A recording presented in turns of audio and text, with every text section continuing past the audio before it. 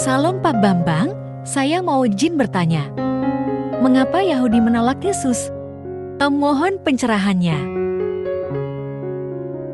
Tentang keterpilihan Israel.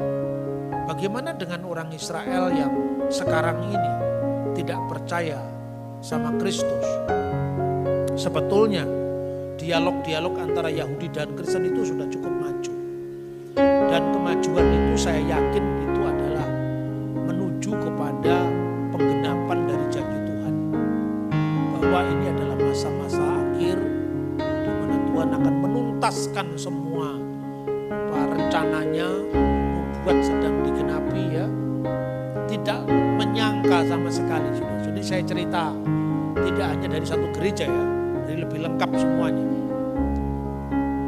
Kenapa orang Kristen itu di awalnya pernah clash sama Yahudi? Itu karena warisan sejarah yang panjang. Penolakan Yahudi terhadap Kristen pun itu warisan sejarah yang panjang. Kenapa mereka menolak? Karena gambaran Mesias yang diharapkan tidak cocok dengan Yesus Kristus. Apa yang diharapkan Mesias itu? Kan Mesias itu punya 3 matra, 3 hal. Imam, nabi, raja. Sebagai imam, Kristus itulah imam besar perjanjian baru. Sebagai raja, keturunan Daud. Sebagai nabi, dia nabi yang seperti Musa. Nabi di tengah-tengahmu, di tengah-tengah Israel. Nebi Mihirbeka, Meaheka di antara saudaramu, 12 suku Israel. Yang seperti Musa, Nabi Eksodus, Nabi Keluaran.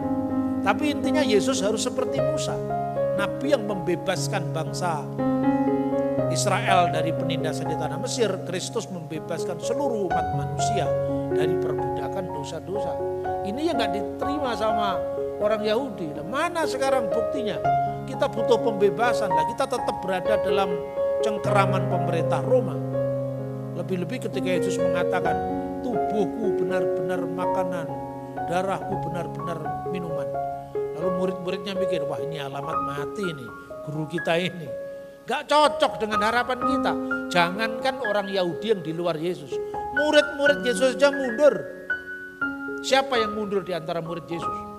Dikisahkan dalam Yohanes pasal 6 ayat 66-67.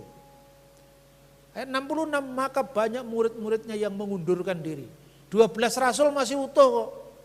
Berarti murid Yesus itu bukannya 12, ada 70. Yang 12 murid itu ditanya, apakah kalian juga mau pergi juga? Berarti Yudas belum berkhianat, 12 masih utuh. Lah yang mundur itu mana? Yang 70.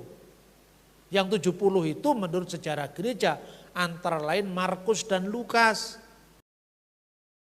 Oke Pak Bambang, penjelasan Anda sangat mencerahkan dan menguatkan iman kami.